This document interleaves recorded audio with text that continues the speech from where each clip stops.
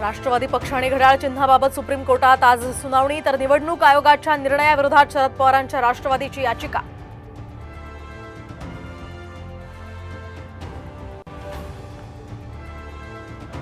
विधानसभा निवडणुका दिवाळीनंतरच, ऑक्टोबरमध्ये लागणार आचारसंहिता, साम टीव्हीला सूत्रांची माहिती।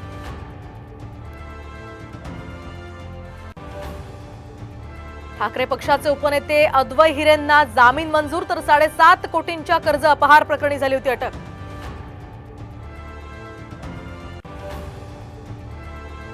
आज भुजबळांच्या बालेकिल्ल्यात जरांगे, नाशकात शांतता रॅलीचा समारोप, शाळांनाही सुट्टी जाहीर। बांगलादेशात अल्पसंख्याक हिंदूंवर अत्याचार सुरूच, मध्यरात्री 2 हिंदू गावांमध्ये जाळपोळ।